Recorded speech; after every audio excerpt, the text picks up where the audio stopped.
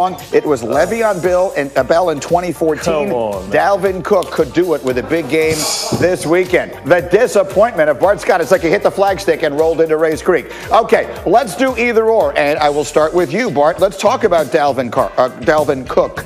More yards this weekend.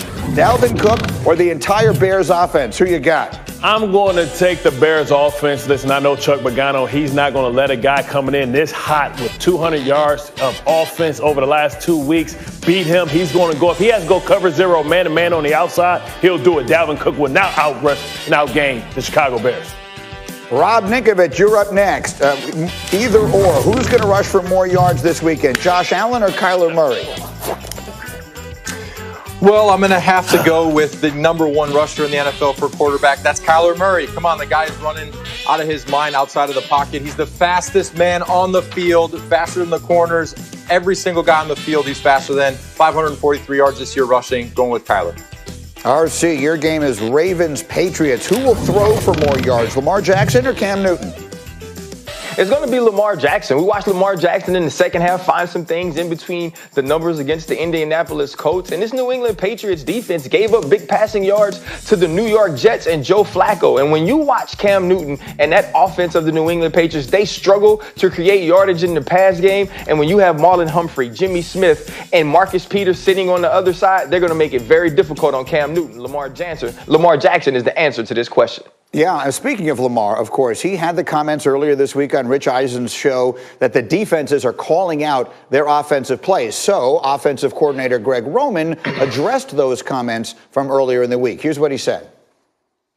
We're very aware of our tendencies. We're aware that there are some right now. And that's, again, like I said, where it gets interesting. When you're good at something and you can keep pressing that button, then you have the opportunity to flip the script at some point moving forward. All right, so that's an interesting one here, Bart Scott. And let me bring the crew in here. Do I have Ninkovich? Because that's, I believe, where I wanted to start. Rob Ninkovich, you're a linebacker, so you obviously were sitting there. You'd be calling out what you thought was coming. But if the defenses are getting it right, if they are calling out the plays regularly, what does that mean for the offense? Look, offensively, we know that in the NFL, they're going to continue to run their plays over and over and over. It'd be like if me and RC were playing Madden and I was just hitting triangle after a good play. I just hit triangle over and over again. He knows I'm going to run the same play. He knows it's coming, but I am not going to change the play up until he stops me. And if the Ravens are going to continue to run their same plays, it's okay. You have to stop them. But then that is the issue for the Ravens. They can't figure it out to go anywhere else. They have to stay with the same stuff. So for me, I could think back to when we were playing Manning, right? We're playing Peyton Manning going into the game plan. We knew we couldn't do the same thing all the time, or else he was going to kill us. So we went and we changed it up. We went out and we changed our defense. I swapped with our linebackers. We got a play on it. We had a huge interception. It was massive, right?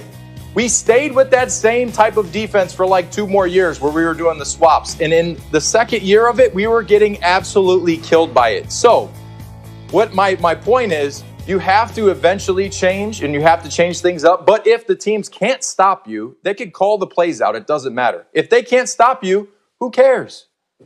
Here's what I will say. No one in this program does a better job of bringing his great plays from his career onto the show than Rob Ninkovich. I give you all the respect in the world. You pick off Peyton Manning, that makes the show. I like it. But, Bart, let me come to you here. Yeah. You made an interesting comparison to what this Ravens offense is right now. What is that? Well, basically, it's a gadget offense, right? This is basically the Wildcat with a quarterback that can throw. Take Lamar Jackson off the field, put Ronald Brown out there, and it's basically the Wildcat. What happens is it's all about changing the math when you're talking about defense. It's a defense that's supposed to trick your eyes. That's why all the motions are there. And what happens is when you've played this offense for so long, you start to understand the tendencies of where Ricky Williams lined up, or if Ricky Williams lined up at the receiver and if he came in that jet motion. You start understanding the tendencies of what happens and what certain personnel groupings mean. The NFL is caught up to this defense. That's why people can call out their plays. So listen, they have to do something. I sat here with you on this set a month ago, and I told you I was concerned about the Baltimore Ravens because I said they need to get somebody who can make an impact outside the numbers. They decided to go with Yannick Ngakoue instead of giving Lamar Jackson a toy to play with. And until they do that, they're going to be stuck with this offense because, listen, Lamar Jackson's only thrown a couple of touchdowns to, two touchdowns to receivers outside of tight ends. That's why they have to go out and get an impact player on the outside. If not, then they're going to continue to struggle. So, RC, let's sort of look ahead at this thing. This particular incarnation of the Ravens, they've been spectacular in moments, and obviously Lamar Jackson won an MVP, and they've won a lot of games. But how does it end? Does it end with confetti falling on them as champions, or does it end with them ultimately deciding this way we're playing doesn't wind up working in the biggest games? No, I don't believe they end up standing as champions, especially when somebody let Henry Hill in the building. They've forgotten 2 golden rules. You never rat on your friends and you keep your mouth closed. Now we have a team and an organization that usually has stability, that usually have leadership, and now they're pillow talking. They're talking to the media about things that go on the field, about things that go on inside their building. We've heard from Harbaugh. We've heard from Roman. We've now heard from Lamar Jackson. I think that lets you know what's going on in this building. It lets you know that this team isn't playing at a high level. And you can't win this way. Necessity and capacity breeds who you are. It turns you to the capacity that they can't throw the football has now made it a necessity that they learn how to run it, and that they run it consistently, and they run it constantly, and they run it from the same formations. They don't have the people on the outside, as Bart mentioned. They don't have the capacity to expand the passing game right now. So this is who they are going to be. And built this way, playing this way, they can't beat the Kansas City Chiefs when it matters. They can't beat the Pittsburgh Steelers when it matters. And so when we get to the playoffs, we won't be seeing Lamar Jackson and the Baltimore Ravens hoist the sticky Lombardi until they change who they are by getting new people to change what they can do. What do you think? I would ask RC or Rob, do you think that the Ravens have a receiver that would crack the top 40 as far as skill position players in this league? RC. No, they do not. And that's why they should have went out and gotten somebody before the trade deadline. So, to your point before, they went out and doubled down on a strength. They went out and got Ngakoue, which is all well and good. But in the offense we're running right now, you're right. It is a combination of personnel and philosophy. Okay, it's interesting. Meanwhile, let's talk about a different quarterback. Let's talk about Carson Wentz. He's looking to turn it around as the Eagles come back from their bye and visit the Giants this Sunday. Wentz has turned the ball over in every game this season. He leads the league in turnovers with 16, which is the same number Jameis Winston had through 8 games last season. And he just lived through a week in which Brett Favre went on a huge show on First Take here on ESPN and suggested that they should have stayed with Nick Foles. So I will ask anyone on this show who wants to do so to change my mind. I would argue that based on all those circumstances, no one is under more pressure this weekend than Carson Wentz. I believe he is facing more pressure to win this weekend than anyone, because if you watch the Giants play, they're not good, but they play everybody tough. Yeah. So could the Giants win this game? They absolutely could. And if either the noise got loud this week after Brett Favre made his comments, imagine how loud it will be next week in Philadelphia if the Eagles were to lose to the Giants. So in my opinion, there's no one under more pressure this weekend than Carson Wentz. Let me bring out the group here and see if anyone wants to try and change my mind on that. Who will we go to first? Kimberly, I'll start with you. Do you want to change my mind? What do you think? Who's under the most pressure this week? You know what? I wanted to, but I really am in agreement. You know why? Because Carson Wentz was drafted in 2016, and we still don't know if he's the guy. That's a problem, especially in Philly, especially after they won a Super Bowl with Nick Foles at quarterback. I think when you look at this offense, there are a lot of questions, and Carson is not delivering the answers that people need. And Doug Peterson's, I don't want to say refusal, but his reticence to just squash the Brett Favre stuff from jump did raise eyebrows in Philly. I mean, since Frank Reich left, Peterson, this offense and Carson Wentz have not looked the same, and that is troubling. And it's worth reminding everyone who doesn't know, Doug Peterson and Brett Favre were teammates once upon a time in Green Bay. So that I think sort of added a layer to this. All right, RC, you look pensive. Do you want to change my mind?